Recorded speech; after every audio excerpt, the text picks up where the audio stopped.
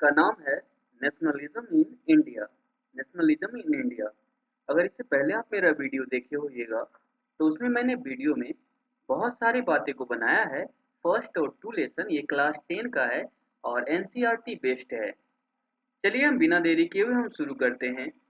Why growth the nationalism in colonies is linked to an anti-colonial movement?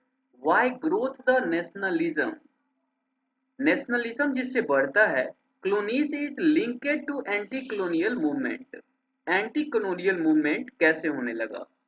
Growth of nationalism in the colonies is linked to anti-colonial movement because colonization affected people freedom. colonization जैसे ही बना, जैसे भारत में British government आई तो उसके कारण freedom लोगों का धीरे धीरे खत्म होने लगा। The sense of operation of explanation become a common bond for people of different groups, which resulted in the growth of nationalist ideas. Growth of nationalism in the colonies is linked to anti-colonial movement because colonization affected people's freedom. The sense of opposition of and explanation become a common both for people of different groups with which result in the growth of nationalism idea. मैं Hindi medium का भी video लाते रहता हूँ। अगर आप नए हैं तो आप इसको लाइक और सब्सक्राइब कीजिएगा। चलिए हम लोग नेक्स्ट क्वेश्चन देखते हैं। How the first world war help in the growth of nationalism movement in India. ठीक है, इसको पकड़ के थोड़ा यहाँ रख देते हैं। ठीक है, अब ठीक है। सेकेंड मेरा क्वेश्चन है, how the first world war help the growth of nationalism movement in India. First world war कैसे हेल्प किया ग्रोथ नेशनल राष्ट्रीयता को बढ़ावा देने में। Acute shortage the food due to failure the crops in several parts of India in 1918-19 and 1920-21। दो बार देश में अकाल आया था और अनाज की बहुत ज्यादा कमी हो गई थी। Acute shortage of food due to failure of crops in several parts of India in 1918, 1919 and 1920-21 made the life of common people is miserable. People hoped their hardship would end after the war was over, but did not happen. All this helped in the growth of the national movement in the country. और एक तो अकाली आई थी और दूसरा विश्व युद्ध, जिसके कारण देश की हालत बहुत खराब हो गई और जिसके कारण आदमी के पास जैसे ही ज्यादा मुश्किलें आने लगी तो नेशनलिज्म को और ज्यादा ग्रोथ मिल गया फर्स्ट वर्ल्ड वॉर में। आप मेरे वीडियो पर अगर हैं तो आप इसे लाइक और सब्सक्राइब कीजिएगा और ऐसे वीडियो मैं आपके लिए लाते रहूंगा। और आप जब मेरे चैनल को सब्सक्राइब कीजिएगा तो हम मल्टीपल चॉइस क्वेश्चन आपके लिए लाते रहता हूं, तो वो भी आपको फायदे करेगा। चलिए हम नेक्स्ट क्वेश्चन को देखते हैं। ठीक है, आप इसे अच्छे से कॉपी पर रोक करके नोट कर लीजिएगा या बार बार देखिएगा तो आपके लिए ये ज्यादा अच्छी रहेगा। चलिए हम लोग थर्ड क्वेश्चन को देखते हैं। ठीक है, why Indians were outgraded by the Rowlatt Act? Why Indian were outgraded by the Rowlatt Act? ठीक है, why Indian were outgraded by the Rowlatt Acts? The Indian were outgraded by the Rowlatt Act because was clear, undemocratic and oppressive and the harmed national sensitive and dignity. Indians were outgraded by the Rowlatt Act because it was clearly und undemocratic and oppressive and harmed national sentimental and dignity. The Rowlatt Act was launched in 1919, giving the government powers to repress political activities and detain political prisoners for 2 years. The Indians were outgraded the Rowlatt Act because it was clearly undemocratic and oppressive and harmed national sentimental and dignity. The Rowlatt Act was launched in 1919, giving the government power to repress political activity and detain political person for 2 year. बिना किसी कानूनी कार्रवाई के 2 साल तक के लिए बंद कर दिया जा सकता था। इसीलिए इस कानून को काला कानून भी कहा गया था, रॉलेट एक्ट को। ठीक है, और ये आया था 1919 में। और इसका हिंदी का भी पार्ट में लाऊंगा, तो आप इसे भी देखिएगा। आप एग्जाम 10th का अगर देते हैं तो आपको हिंदी मीडियम इंग्लिश मीडियम से फर्क नहीं पड़ता है। फर्क यही पड़ता है कि मुझे इंग्लिश मीडियम ज्यादा अच्छी अब लगने लगी है, तो आप भी लिखिएगा तो एग्जाम में बेहतर नंबर की उम्मीद कर सकते हैं। और किसी लैंग्वेज में लिखिए, कोई फर्क नहीं है, हिंदी इंग्लिश जिसमें आप लिखिए। और चलिए हम लोग आगे का क्वेश्चन देखते हैं। आप कोशिश कीजिए कि इंग्लिश में ही हम लोग तैयारी करें, तो मेरे ख्याल से सही रहेगा। Why Gandhi decided to withdraw a non-cooperative movement? Why Gandhi decided to withdraw the non-cooperative movement? Gandhi जो non-cooperative movement थे उससे क्यों अलग हो गए थे? Gandhi decided to withdraw the non-cooperative movement due to the various incident of violence perpetrated by the masses, acceptably the Chauri Chaura incident in 1920, where the people clashes with the police station on fire.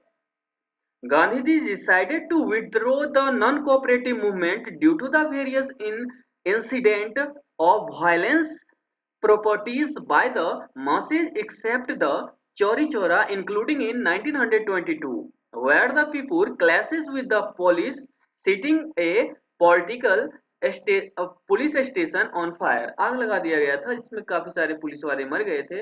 और इसके बाद गांधी जी ने इसको वापस ले लिया था। ठीक है, what is meant by the ideas Satyagraha? What is meant by the idea सत्याग्रह? सत्याग्रह का क्या आइडिया था? सत्याग्रह was a novel method of mass against idea of satyagraha emphasize upon the power of truth and need to search for truth. सच्चाई के खिलाफ, it suggests that it the cause was true and it is a struggle was against injustice, then physical force was not necessary to fight and oppressor. Satyagraha was a novel method of mass against the idea of satyagraha emphasized upon the power of truth and the need to search for truth. It struggle suggested that if the cause was true and it is a struggle was against injustice, then physical force was not necessary to fight the oppression. तो इसमें कोई physical हमें जोर नहीं लगाना है, police वाले वगैरह आना है तो पिटाई खा जाना है और अपने बात पे अडिग रहना है। इसी को सत्याग्रह कहा गया था, गांधी जी ने इनको शुरू किए थे। Write a newspaper reported of Jallianwala Bagh massacre. एक न्यूज़पेपर का रिपोर्ट जालियांवाला बाग के खिलाफ आपको ये नोट बनाना है।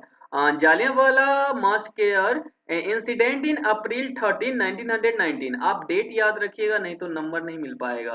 Jallianwala Bagh मास्केयर incident on April 13 1919, in which British troops fired on a large crew of unarmed Indian in an open space known as the Jallianwala Bagh in Amritsar. It is the Punjab region known as Punjab state of India, killing several hundred people and wounding many hundreds more.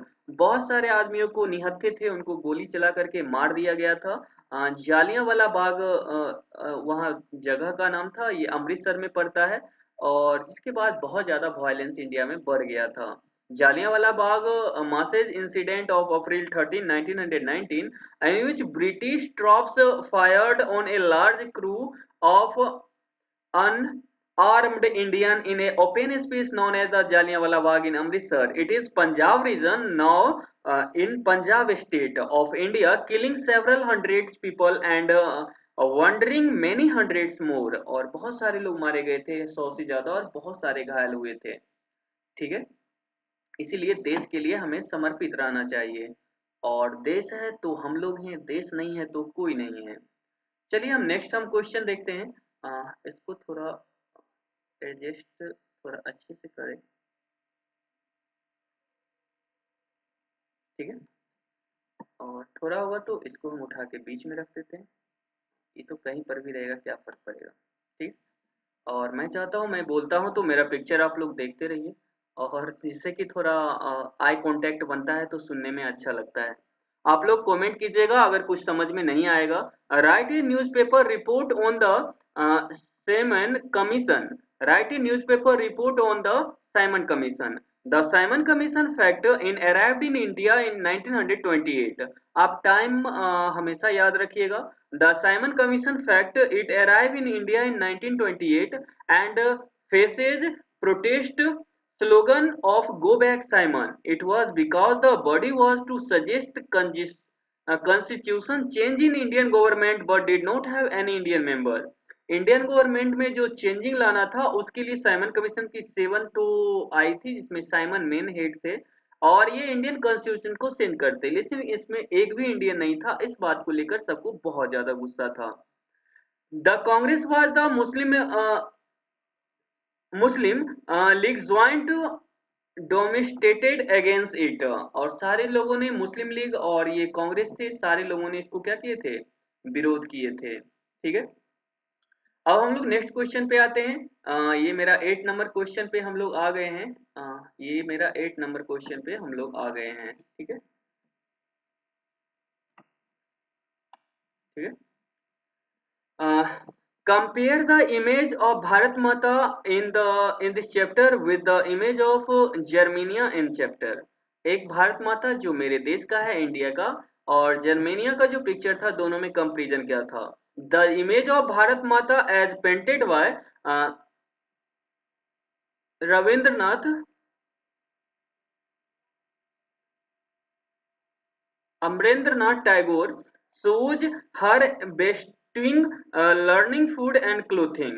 ये खान पान और मुझे वस्त्र देता है मेरे देश, इसके अकॉर्डिंग था। She breast accept quality as denoted by the male head by her।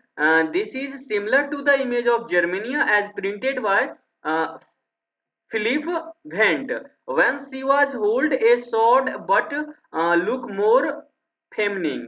Bharat Mata is shown as a calm, composed, dividing and separating female figure, while Germania is shown as the brave and curious lady who is ready to protect her nation। Bharat माता जो था एक माँ की छवि में था, जो भारत के लोगों को खान पान और वस्त्र वगैरह हर चीज लेकर के देता था, देते हैं। और ये जो जर्मेनिया था, इसमें एक ब्रेव लेडी का है जो कि अपने देश को सुरक्षा के लिए खड़ा है, लड़ने के लिए, फाइटिंग करने के लिए।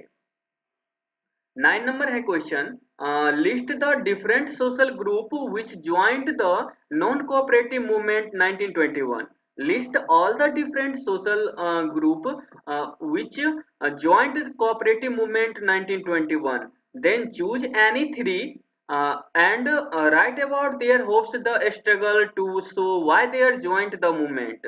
List all the different social group which joined the non-cooperative movement of 1921, the choose any three of the write about their hopes of a struggle to show why they joined the movement। The different social group that joined the non-cooperative movement of 1921 were the urban middle class comprising lawyers, teachers and headmaster, student, parents, tribals and workers, जो भी थे सारे लोग इसमें जुड़े थे। Perhaps tribals and workers joint the movement from the countries they do show the hopeful self impression. इसके लिए आया था कि अपने देश में जो हम अंग्रेज का वस्त्र कपड़ा वगैरह खरीदते हैं, और उसके किसी तरह का अंग्रेज को कोऑपरेट नहीं करना है। स्टूडेंट वगैरह कॉलेज छोड़ते जा रहे थे, टीचर लोग पढ़ाना छोड़ते जा रहे थे, मतलब हम किसी तरह का अंग्रेज को हेल्प नहीं करेंगे। आगे हम देखते हैं, discuss the salt March two make clear why it was an effective symbol of resistance against the colonialism।